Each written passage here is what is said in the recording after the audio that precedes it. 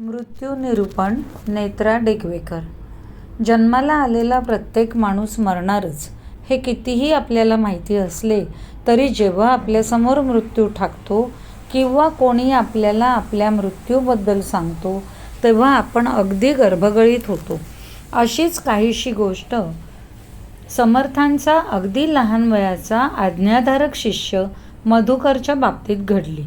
ती गोष्ट या लेखमालेत आहे. समर्थांनी मधुकरला मृत्यूपासून वाचवले, शांत केले. मधुकरच्या निमित्ताने आपल्या सर्वांनाच जन्म, मृत्यू, अमरत्व या संकल्पना समजावून दिल्या आहेत. समर्थ: अरे बाळा, परवा किती घाबरला होतास? एवढे व्हायचे काय कारण होते?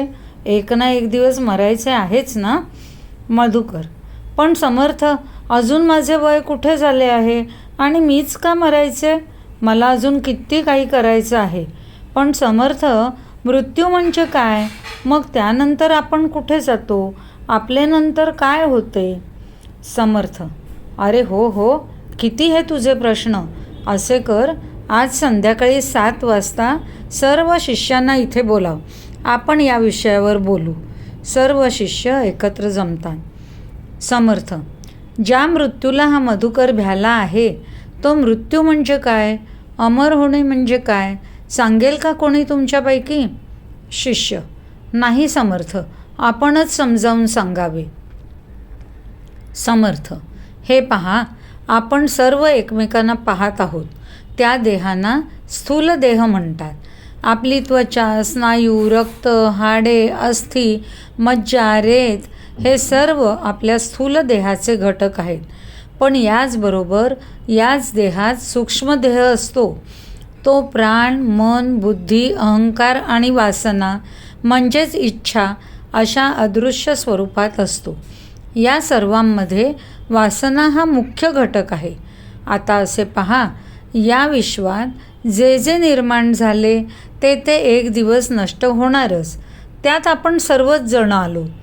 शरीरामध्ये रोगाचा जोर होतो अथवा मोठा अपघात होतो अथवा विषारी प्राण्यांचा दंश होतो तेव्हा देहात राहणारे व त्यास जिवंत ठेवणारे पंचप्राण आपापले कार्य टाकून देह सोडून जातात. त्याला मृत्यू म्हणतात. यातील काही मृत्यू औषधाने, तर सर्पदंशाने होणारे मृत्यू मंत्राने, तर काही नवसाने तात्पुरते टाळता येतात. पण जन्माला आलेल्या प्रत्येकाला मृत्यू हा आहेच. आता मृत्यू म्हणजे नेमके काय होते? तर शरीरातील चैतन्यरूपी प्राण निघून जातो. त्यामुळे स्थूल देहाची हालचाल थांबते. आपण पाहिले की प्राण हा अत्यंत सूक्ष्म स्वरूपात व अदृश्य असतो. तो जाताना वासना आपल्याबरोबर घेऊन जातो. जन्माला आल्यापासून वासना आपल्याला चिकटलेल्या असतात. वयाबरोबर त्या वाढतच जातात. मन सारखेच हे हवे ते नको या हव्यासात गुरफटलेले असते. अपूर्णत्वाच्या या भावनेपायी सतत काही ना काही मिळवावे असे वाटते. अशातच मृत्यू आला तर वासनासुद्धा सूक्ष्म देहाबरोबर बाहेर पडतात. ही वासना पूर्ण होण्यासाठी ती नवीन शरीरात प्रवेश करते.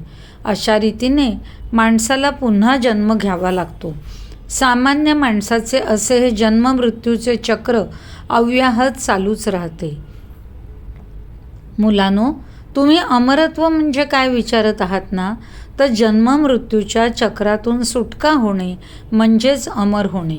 लक्षात घ्या, वासना हे बंधन तर वासना निवृत्ती हा मोक्ष असतो. आता हे साधायचे कसे? पुस्तकी ज्ञान माणूस सहज मिळवू शकतो, पण हे आत्मज्ञान सद्गुरू कृपा, योग्य ग्रंथांचे वाचन, मनन, साधना याद्वारेच होऊ शकते. विवेक, वैराग्य संपन्न, कामनारहित होण्यासाठी साधना करावीच लागते. अन्न, वस्त्र, निवारा, मान, अपमान, पैसा यात गुरफटलेली वासना जन्ममृत्यूच्या चक्रात ढकलते, तर आध्यात्मिक वासना मोक्ष देते. ज्या मृत्यूच्या भयाने आपण इतके घाबरून जातो त्याच्या पार जाण्यासाठी स्वरूपाची साधना योग्य मार्गदर्शन घेऊन करावी. स्वरूपाचे ज्ञान होणे म्हणजेच जन्ममृत्यूच्या पार जाणे.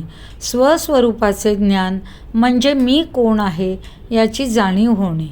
मी तेच आहे, ते मी आहेच, अहम ब्रह्मास्मी याचा जो विसर पडला आहे त्याची जाणीव होणे. ही जाणीव अत्यंत शुद्ध, निर्मळ, निर्हेतुक असते. चराचरात मीच आहे हे समजले की भेद निघून जातात, वासना क्षीण होते, मन शुद्ध होते, जाणीव मूळ मायेमध्ये विलीन होते, पुन्हा जन्म येत नाही. आता यावर विचार करा. काही शंका असल्यास परत माझ्याकडे या. मधुकर: समर्थ, आता मला समजले. आता मी मृत्यूला घाबरणार नाही व आपण सांगाल तसेच वागेन. जय जय रघुवीर समर्थ.